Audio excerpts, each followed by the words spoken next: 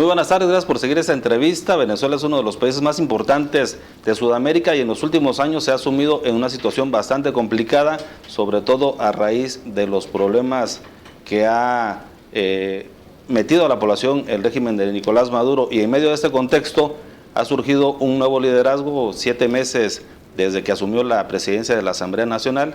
Es el diputado Juan Guaidó, reconocido por más de 50 países como el presidente encargado de Venezuela, a quien le agradezco que nos haya recibido aquí en Caracas. ¿Cómo está, presidente? Buenas tardes. Muchas gracias, gracias por la entrevista y gracias por haber venido a Venezuela.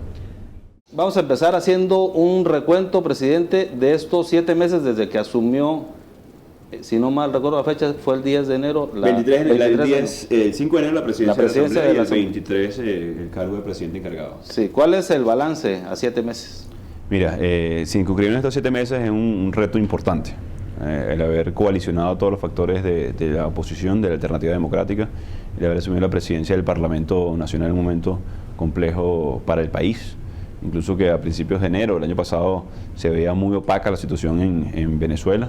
Creo que el factor fundamental ha sido 2 cosas: la unión de la comunidad internacional en torno a una solución a la crisis en Venezuela, una crisis reflejada hoy en las Naciones Unidas, cuando el informe de la Alta Comisionada de Derechos Humanos refleja 7 millones de venezolanos en emergencia humanitaria compleja, la persecución, la tortura, la violación de derechos humanos, también el flujo migratorio, que hemos visto que ha afectado incluso a la región, o se ha visto impactado por los más de 5 millones de venezolanos ya que se han visto forzados a salir de Venezuela. Entonces lo primero ha sido unir a la comunidad internacional en torno a una causa, también a los venezolanos, que nos hemos movilizado, que hemos insistido, que hemos resistido a pesar de las torturas que refleja las Naciones Unidas, a pesar de las amenazas, la cárcel política, más de 1000 presos políticos en Venezuela.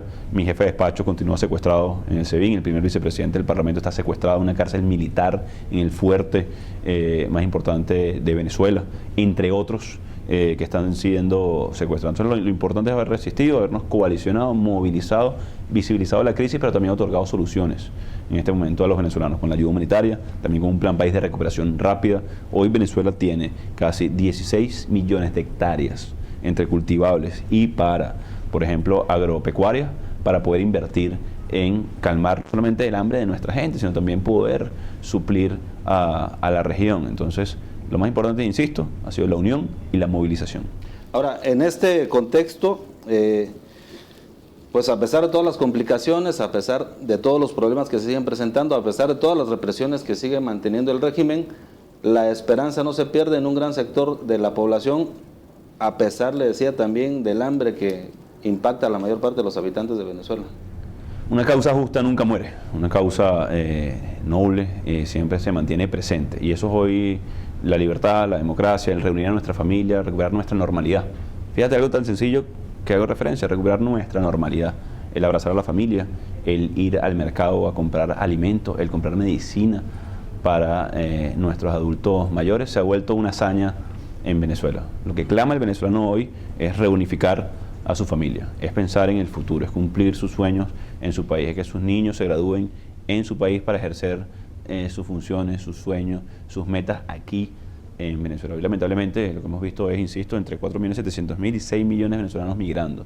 Es el quebrantamiento de la familia, como pasa en muchos lugares de Latinoamérica. Venezuela normalmente fue un país de inmigrantes, una gran colonia de españoles, italianos, portugueses se asentaron en Venezuela, pero a pesar de todo eso, la esperanza de cambiar a nuestro país se mantiene intacta. También con la certeza de que tenemos una gran palanca de desarrollo en Venezuela, que es el petróleo, que es el gas, que es el potencial turístico, que es incluso un sector mineral, el oro, el diamante, que tiene un potencial importante Venezuela, pero que está siendo hoy saqueado básicamente por este régimen. Ahora, la esperanza está, pero ¿hay posibilidades reales de un cambio en Venezuela? Si lo vemos racionalmente, somos mayoría, la estamos ejerciendo en la calle.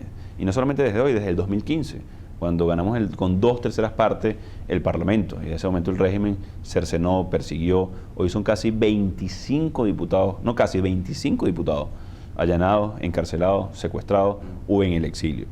Trataron de desmembrar el Parlamento, cerrarlo, lo atacaron, lo secuestraron, dispararon en contra de nosotros y se mantuvo. Se inventaron la Asamblea Nacional. Se inventaron un organismo paralelo que no tiene función específica, que era una constitución ya por 2 años. Ellos han tratado de todas las vías. Lo importante es que hemos insistido, avanzado y sobre todo que si somos mayoría, nos reconoce el mundo, tenemos la movilización ciudadana, las reivindicaciones propias de cada uno de los sectores hoy, pues no solamente son los políticos, es los estudiantes, los universitarios, la Iglesia Católica, las distintas iglesias en Venezuela, es cada uno de los gremios, sindicatos, todos los venezolanos unificados en torno al cambio. El problema es que aunque ustedes tengan la legitimidad, ellos tienen el gobierno de facto o el control. Ellos tienen el uso y el ejercicio del poder, de manera muy sádica, debo decirlo, y disculpe una palabra tan fuerte, pero cuando torturan a un capitán de fragata hasta la muerte, cuando lanzan por un piso 11 a un concejal, cuando asesinan a niños protestando en la calle, cuando le vacían los ojos, como el caso en el estado Táchira,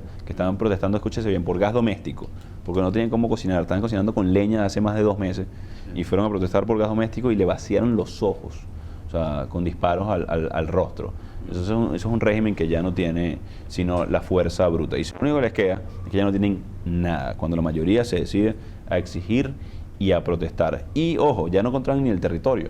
Y hago un paréntesis importante con esto, porque en la frontera colombo-venezolana hay presencia del ELN, hay presencia en parte del país de Hezbollah, que han entregado pasaporte a grupos irregulares transnacionales en este caso. Entonces, hoy, cuando eso es lo que le queda al régimen, y el ejercicio de la mayoría, el ejercicio institucional, el reconocimiento internacional, la protección de los activos, simplemente nos queda a nosotros insistir con mucha fuerza y no perder precisamente la esperanza en un cambio que debe ser pronto. En el 2015, cuando reflejamos a través del Parlamento, queríamos cambio.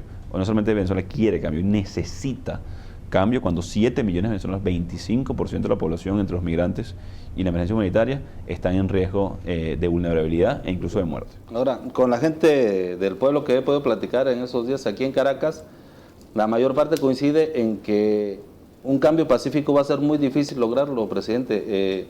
Hay quienes ven como salida o un golpe de Estado o una intervención militar o un levantamiento de la misma gente de Venezuela.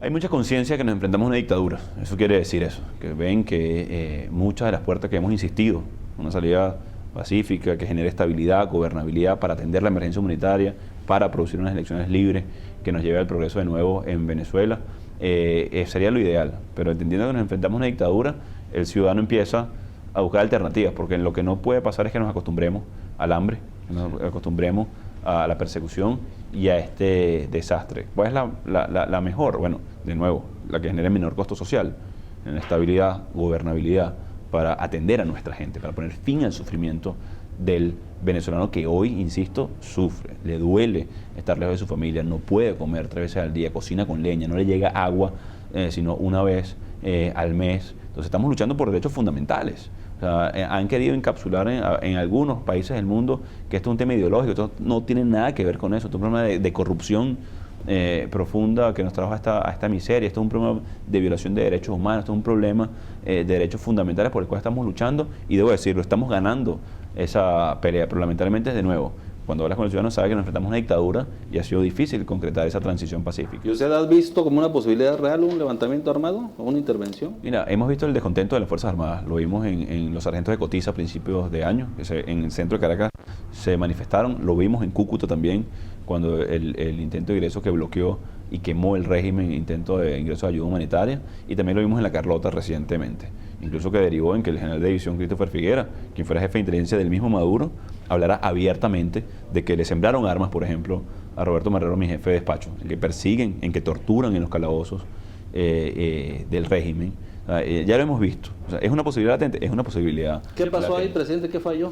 Nos falta gente, como dicen coloquialmente en Venezuela. El 80% de las Fuerzas Armadas o más están descontentos porque ganan $5 al mes, porque su familia se fue del país, por lo mismo que estamos sufriendo todos los venezolanos. Ahora, hay un sector todavía que está, digamos, muy comprometido con el régimen y que sienten que en una transición pudiera ser las cosas distintas. Nosotros hemos hablado desde el principio de año que de la ley de amnistía y garantías. Hemos estado en todos los espacios para proveer garantías a todos los sectores y la Fuerza Armada va a ser un sector fundamental, no solamente porque sostienen hoy este régimen, sino también en el ejercicio de soberanía. Te hablaba de Hezbollah, ELN, paramilitares en la frontera, la toma de espacios de territorio venezolano para extraer oro donde financian las actividades, el terrorismo regional. Eso también la Fuerza Armada tendrá un rol fundamental. Así que deben tener la Fuerza Armada que tenemos conciencia de eso y que los vamos a respetar. Ese día, el 30 de abril, ¿ustedes esperaban que la mayor parte del ejército se sublevara y se uniera? Nosotros no estamos pidiendo una sublevación ni un golpe, por cierto, eso es importante, sino que se pongan del lado de la Constitución. Nuestra Constitución dice que tiene que haber una elección presidencial, que secuestraron, que robaron el pasado 20 de mayo de 2018 y nos arrastraron a esta crisis. Por lo cual hay el abandono de cargo, por el cual el artículo 233 de nuestra Constitución me habilita como presidente encargado. Sí, bueno, legalmente no sería una sublevación ni un golpe de Estado porque estarían actuando contra un régimen que está usurpando, ¿no? Así es. Entonces lo que estamos pidiendo es que colaboren en la ruta planteada, de que cese la usurpación, una transición que reinstitucionalice el país para producir una elección realmente libre y sabemos los planos, lo que decidamos realmente en el futuro, no que de facto nos hayan arrastrado a esta emergencia humanitaria compleja producto de la corrupción. Hablando de la corrupción, un solo ejemplo. El caso de Odebrecht, el más famoso en la región, fueron 938 millones de dólares que entregó esa empresa en soborno en 12 países de la región. Un solo funcionario venezolano, el tesorero de la nación, Alejandro Andrade, se declaró culpable en un tribunal del sur de la Florida por haber recibido él solo 1.200 millones de dólares en sobornos para endeudar a la nación. Imagínate, un solo funcionario recibió 1.200 millones de dólares en sobornos. ¿Qué tamaño será el saqueo, no? Imagínate el tamaño del saqueo, 30% más de lo que el escándalo de corrupción más grande en la región que fue Odebrecht. Un solo funcionario, 12 países versus un solo funcionario. Eso explica por qué estamos hoy en esta emergencia humanitaria compleja tan severa. Ahora, yo lo que quisiera entender es, digamos, usted está encabezando este movimiento por la recuperación de la legalidad en Venezuela, aunque ellos tengan el control del país y de las instituciones del país. ¿Por qué cree usted que no lo han detenido? Hay tres factores fundamentales. El primero, el respaldo nacional, el acompañamiento de la ciudadanía. Lo que hemos hecho en cada uno de los estados del país, el agitar conciencias, el acompañamiento a una causa justa. Eso es lo primero. Lo segundo, el respaldo internacional. Los 60 países casi que nos reconocen como presidente encargado y por supuesto presidente del Parlamento. Y lo tercero, que les dificulta la excusa.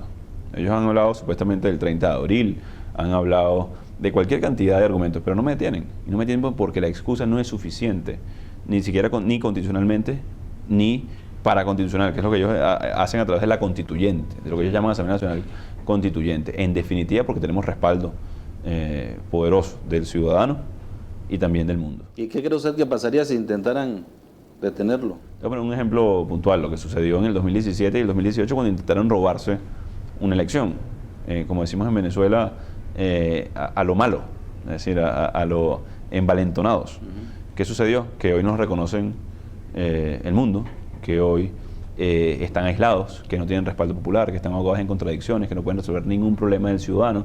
Cuando el ciudadano pide gas doméstico, como decía referencia a Rufo Chacón del Estado Táchira, que le vaciaron sus ojos, en vez de dar gas doméstico, que es la labor de un gobernante, le dan gas lacrimógeno y perdigones. Entonces no tienen cómo responder a ninguna solicitud del pueblo de Venezuela, ni cómo resolver la emergencia humanitaria compleja que ellos crearon. ¿No tiene miedo, presidente? Sabemos el riesgo de ejercer política en Venezuela. Más de 1.000 presos políticos, asilados, exilados, asesinados por tortura en las calles protestando. Ayer un líder sindical venezolano, Rubén González, fue sentenciado por un tribunal militar, ni siquiera un tribunal de civiles, un tribunal militar. O sea, este régimen que se dice obrerista encarceló a un líder sindical que estaba pidiendo reivindicaciones para su gremio con un tribunal militar. Imagínate lo grave de este elemento. Entonces, más que miedo, sabemos los venezolanos la crisis y los riesgos a los cuales nos exponemos, y eso no nos ha detenido ni nos va a detener en el futuro. ¿Y ha tenido información de algún intento de atentar con su vida por parte del régimen? Bueno, Christopher Figuera hablaba de incluso la pretensión de detener a mi madre a ese nivel. Mi hermano está exilado porque le dictaron orden de captura por ser mi hermano. Dos de las personas que trabajan conmigo en seguridad están siendo torturadas todavía en las mazmorras del régimen. Han habido información de que quieren sí atentar con nuestra vida, pero no, eso no nos ha detenido ni nos va a detener, porque más es el deber que tenemos hoy con nuestra gente, y sabemos no solamente de nuestro sacrificio, sino el sacrificio en general de la gente. El sacrificio, de verdad es muy doloroso despedir a tu familia o en el aeropuerto, o por la frontera, o peor aún, en los cementerios, y con ellos la esperanza de hacer justicia, por inseguridad, por falta de oportunidad. Entonces nosotros no es el futuro que queremos. Hoy es un sueño en Venezuela salir a robar bicicleta en la calle. Sí. Algo tan sencillo, mira, voy a salir a rodar bicicleta una tarde, no, porque o no tienes dinero para comprar la bicicleta porque es un artículo de lujo hoy en Venezuela, o la inseguridad te genera temor, o simplemente tu O familia nada no más está. caminar de una estación del metro a otra. Bueno, tú que estás de visita, creo que no te atreverías a salir a las 10 de la noche a caminar por Caracas, pero ni por un segundo. O sea, eso se llama dictadura. Muchos de los corresponsales que vienen a Venezuela y atraviesan la aduana lo hacen con miedo, porque no saben si no van a retirar el pasaporte, si lo van a dejar ingresar al país, o lo deportan, o lo que le ha pasado a varios de tus colegas, que los detienen, los retienen por días, semanas, o meses, o simplemente no los dejan entrar o les quitan sus equipos. Entonces, eso se llama que estamos viviendo una dictadura en Venezuela.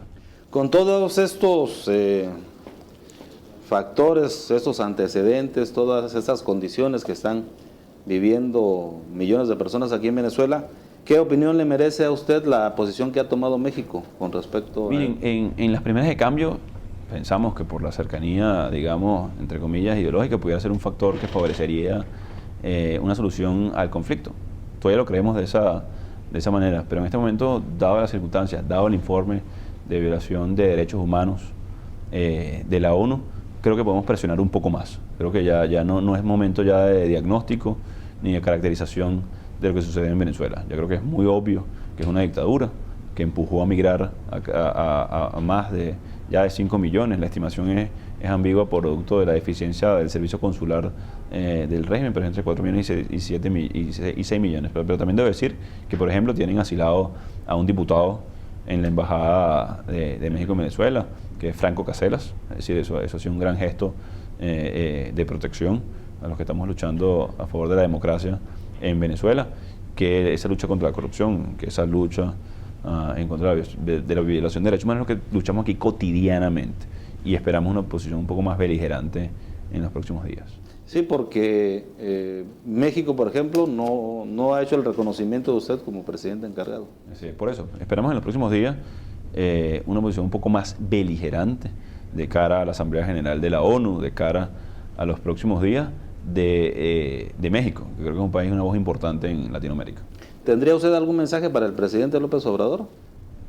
Bueno, que primero agradecer por la atención al diputado Franco Caselas en la embajada, y lo segundo, que de nuevo es hora de pasar a una atención a la crisis en Venezuela, que ya solamente no es de Venezuela, es de los hermanos países en la región, que puede impactar incluso en México. Se habla de que el cartel de Sinaloa está aquí en Venezuela, en parte de la frontera, utilizándolo como pistas clandestinas de despegue del narcotráfico, y que es una situación que puede afectar ya no solamente a Venezuela, sino a toda la región, y es momento de ser más beligerante y denunciar lo que sucede en Venezuela a nivel de corrupción, a nivel de violación de derechos humanos, y aproximar una solución real a la crisis y violación de derechos humanos en nuestro país. ¿Sería una postura hipócrita la que tiene México, el gobierno de México? No quiero adjetivizarla, ¿no? Porque además pretendemos el apoyo primero del pueblo de México, de la gente, de los ciudadanos, de los buenos amigos de México, pero también hoy incluso del gobierno.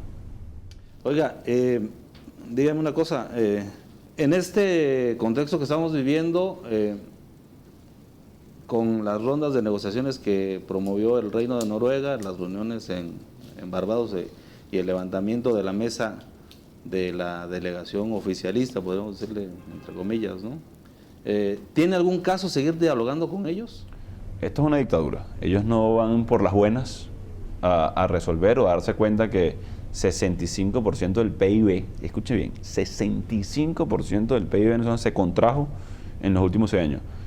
No hay un país, solamente puedes comparar esta cifra con Siria, no hay otro. Entre 4.7 y 6 millones de venezolanos. De nuevo, solamente puedes comparar esta cifra con Siria. Una dictadura no va a reconocer voluntariamente que destruyó el país, que viola derechos humanos, que acabó con una nación. Hay que presionarla para eso, como lo hemos hecho en las calles, como lo hemos hecho a nivel internacional, como lo hemos hecho incluso poniendo el pecho a riesgo de vida, a riesgo de libertad. Entonces, la presión diplomática, el ejercicio de la protesta de calle, pero también generar una puerta de salida al régimen es una gran estrategia que hemos adoptado los venezolanos, de manera no violenta, por cierto, a pesar de los riesgos, a pesar de que nos enfrentamos a colectivos armados, a paramilitares, a que financia el régimen, a pesar de tener amigos presos, torturados, asesinados. A pesar de eso, hemos optado por buscar estabilidad para nuestro país, para poner fin al sufrimiento de nuestra gente. No es cómodo sentarse ni siquiera por una mediación de un país especializado o en el grupo internacional de contacto, el cual forma parte Europa, en este caso Uruguay, y por cierto México se retiró, o el grupo de Lima, o la OEA, que me reconocen como presidente encargado de Venezuela. Para nosotros es muy duro esta situación, pero vamos a aproximar en cualquiera de los espacios que busque una solución definitivamente a nuestra gente, sin olvidar que nos enfrentamos a una dictadura que sí va a buscar ganar tiempo, que va a buscar ganar que se descomprima la presión, pero por otro lado tenemos aliados importantes en la región. Sí, porque ese levantamiento fue un pretexto solamente, como lo han hecho en otras ocasiones. Es una absoluta excusa, sin duda alguna. Ahora, porque primera vez en 15 años que lo hacen, por cierto. Primera vez que nosotros asumimos incluso esa herramienta como una ofensiva para buscar una solución y ellos están a la defensiva. Eso habla de su debilidad también. Hoy, Turquía incluso le cerró una de las cuentas que utilizan dinero de Venezuela para robarse, como el caso que te hacía referencia, los 1.200 millones de un funcionario que lo recibió, o para hacer control social. Que México, por cierto, y también debo agradecer esa investigación en México, demostró cómo se robaban el dinero de Venezuela para manipular el hambre del venezolano. 120% de sobreprecio en la compra de alimentos a México, con la excusa de un subsidio de alimentación que termina siendo un mecanismo de control social para tratar de generar incluso miedo, porque si protesta entonces te lo quito. Entonces este régimen se redujo a eso, a miedo y tratar de buscar un subsidio que ya ni hay tal subsidio porque se robaron el dinero de los venezolanos y el miedo es lo único que les queda y por eso persiguen, amenazan y torturan. Y son 20 y tantas empresas involucradas, ¿no? Son 23, si no me equivoco, empresas involucradas en México. Y ojo, en México la cobraban con 120% de sobreprecio, pero cuando entraba a Puerto Venezolano la cobraban con 400% de sobreprecio. Y por eso México empieza a investigar, porque pensaban que están evadiendo impuestos, porque declaraban la carga en México a 5 y cuando llegaba a Venezuela costaba 20. Entonces México dice, bueno, ¿cómo es esto? ¿Me están evadiendo impuestos? No, resulta que en Puerto Venezolano hasta 400% de sobreprecio pagaban la comida. Imagínate para un país que tiene emergencia humanitaria compleja, que los niños desfallecen de hambre en las calles, como lo vimos hace 3 días en Venezuela, que un niño cayó desplomado en la calle, muerto de hambre. Al régimen no le importa. Se excusa en supuestas sanciones, se excusa en supuestos bloqueos, que no es tal. Por eso empezaron hace 3 días. Pero en 6 años, 65% de contracción del PIB es que destruyeron el país casi deliberadamente. ¿Y ustedes están contribuyendo con documentación, información para la Fiscalía de México? Desde siempre hemos estado en el proceso de investigación y denuncia de los casos de corrupción, porque el caso que te narré de los 1.200 millones de soborno a un funcionario era para endeudar a la nación con bonos. El caso de la comida fueron más de 1.000 millones de dólares. El caso de electricidad, por lo cual no hay luz hoy en Maracaibo, en el estado Zulia, el estado más grande del país, fue porque compraron plantas por 20.000 millones de dólares. Hoy ninguna funciona, apenas el 8%, no ninguna, no vamos a ser injustos, el 8% apenas funciona de esas plantas termoeléctricas. Entonces, de verdad es una tragedia sin precedentes, producto de esa corrupción, producto de la violación de derechos humanos y el mal modelo que pretendieron implementar. Oiga, voy a regresar al tema de México.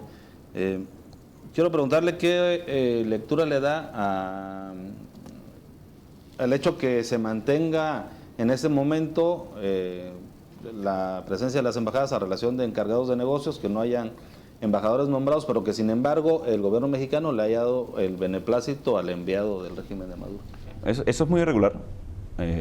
Creo que no deberían reconocer al enviado, evidentemente, de una dictadura, de un usurpador. Si lo están haciendo como una estrategia de acercamiento para aproximar una solución, como te decía antes, bueno, pudiera ser una estrategia de aproximación a una solución. Lo que no puede ser es ni permanente ni que sea un premio de consolación. Sí, porque eso es reciente, tiene 3 meses. Así es. Ahora también puede ser una estrategia para decirle al régimen que pudieran ser recibidos en México y que hay garantías para promover una transición. Sería lo ideal, ¿no? Es lo ideal hoy en una Venezuela que requiere urgentemente un cambio. ¿Cuál es su sueño, presidente? Mi sueño es manejar bicicleta por la calle con Miranda Eugenia, mi hija, es recibir a mi familia de vuelta en Venezuela, es ver a venezolanos felices en su tierra, que su sueño no sea graduarse para tomar el título y salir corriendo de su país, sino que por montones regresen, desarrollar la industria petrolera que sea energética, a que apoye a la región, a ese respaldo de verdad de emancipación y de autodeterminación de nuestra gente. Pero hoy un sueño, mi hija tiene 2 años, pero yo quisiera salir por esa calle que estamos viendo ahí sin miedo a las 7, 8 de la noche, como pasa en cualquier país, recuperar nuestra normalidad, nuestros sueños cumplidos en nuestro país, ser felices en nuestra tierra. Para muchos venezolanos su sueño es ver montarse a Maduro en un avión rumbo a Moscú, o a La Habana o a cualquier otro lugar. Eso precede a este sueño que te digo de recuperar nuestra normalidad y nuestra tranquilidad como nación. Lo que sí queda claro hoy, no solamente a los venezolanos, sino a la región, al mundo. Y por eso esta coalición de países que nos respaldan como presidente encargado es que Maduro conduce a muerte, conduce a contradicciones, conduce al financiamiento del terrorismo. Y la alternativa es confianza, es progreso, es prosperidad, es mejoramiento. Mira, la región, Latinoamérica, creció 4 o 5 puntos si sacas a Venezuela de la ecuación.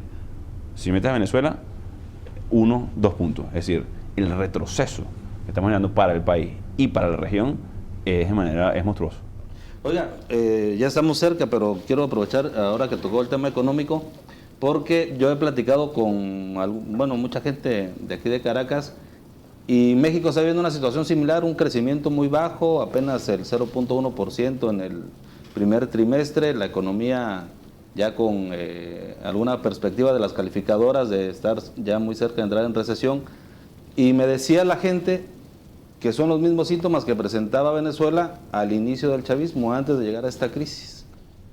Venezuela llegó a crecer 10, 15 puntos en el boom de los commodities, de la materia prima. Cuando el petróleo creció 100, 120 dólares, bueno, era imposible no hacerlo. Producimos casi 3 millones de barriles al día. ¿No? Era imposible no crecer con dirección de economía. En este momento, que no es que bajó el precio del petróleo, sino que nosotros decaímos la producción, se ha contraído 65%. El estancamiento fue el inicio, sin duda, pero lo que determinó el desastre fue las malas medidas económicas, expropiaciones, estatizaciones sin sentido, sin un plan específico de gobierno, la falta de inversión privada, el atentado a la seguridad y la estabilidad jurídica del país y la persecución sin discriminación. Lo único que no discriminó en Venezuela fue la persecución. ¿Y usted ve alguna similitud entre el régimen chavista y el actual gobierno de México? Mira, creo que no es un régimen militarista en el caso de México, siempre hubo rasgos militaristas en el caso de Venezuela. Yo creo que el tema ideológico fue una excusa en general. O sea, creo que, de nuevo, esto no es un tema ideológico solamente, esto es un tema profundamente de derechos fundamentales. Lo que no puede permitir, y algo sí debo decir, o sea, la democracia siempre está en riesgo. O sea, la tentación del populismo siempre está latente, y eso es lo que sí debe cuidar no el gobierno de México, sino los mexicanos, los ciudadanos. O sea, la democracia siempre está en juego. En Venezuela la dimos por sentada en algún momento, la dimos como que era un regalo y la perdimos, y lo aprendimos a la mala, luego de tortura, luego de emergencia humanitaria compleja, luego de persecución. Lo que siempre debe vigilar el ciudadano, y en este caso México, es los rasgos. La libertad, la democracia no solamente son elecciones, es libertad de expresión, es fortalecer las instituciones, es contrapesos sociales, y eso es central. Libertad económica, sin duda. Entonces, eso es central, y el garante de eso van a ser los ciudadanos. ¿Sí ve usted rasgos populistas o un gobierno populista en México? No he seguido el detalle, pero pudiera haber la tentación. Oiga, ya para terminar, dígame, presidente, ¿cómo puede saber el pueblo de Venezuela tener la certeza que la solución está cerca? Muchos han pensado que el final de ese régimen estaba cerca en enero, que usted asumió la presidencia encargada. Otros se desanimaron en el trayecto y pensaron que la solución estaba ya a la vuelta de la esquina el 30 de abril. Y hemos pasado otros meses, la situación se ha calmado, pero pues no se ve una salida muy pronto. La salida está pronta. Tenemos todas las variables que pueden promover, generar una transición. Estamos ya al borde de consolidarla, que creo que es lo más importante en este momento. Y en enero, bueno, tuvimos una escalada rápida. Pudimos aglutinar rápido a la mayoría, movilizarla a los factores, al mundo. Y eso también nos genera una expectativa importante que debemos cumplir. ¿Y qué vamos a cumplir? Que se reduce al cambio. Entonces, todo lo demás, los reconocimientos parciales, la toma de control, la protección de nuestros activos, que si no lo hubiésemos perdido de otra manera, como el caso de Citgo, por ejemplo, habría sido imposible sin este proceso y para ponerlo al servicio del venezolano. Habremos logrado la tarea cuando logremos entonces una elección realmente libre en nuestro país, nos rompemos al progreso. Por los momentos, sí te puedo decir que el régimen está aislado, solo, derrotado, evidenciado ante el mundo y nos queda entonces los venezolanos ganar. ¿Cerca cuánto tiempo? Yo espero que tengamos un diciembre feliz. ¿Y qué va a pasar si en enero concluye el periodo formal de esta diputación y ya no tiene, digamos, el respaldo de la legitimidad que le da? Eso no va a ser un problema. Políticamente estamos bien alineados los factores. Políticamente hemos acordado establecer un mecanismo que nos lleve al cese de la usurpación, gobierno de transición y elecciones libres. Y eso políticamente ya no es un problema para la unión de todos los factores que atravesamos este régimen. ¿Por qué no será lo que están esperando, que termine el periodo de ustedes? Siempre están esperando algo. Hace años era que subiera el petróleo, hace años era que dividiera la oposición.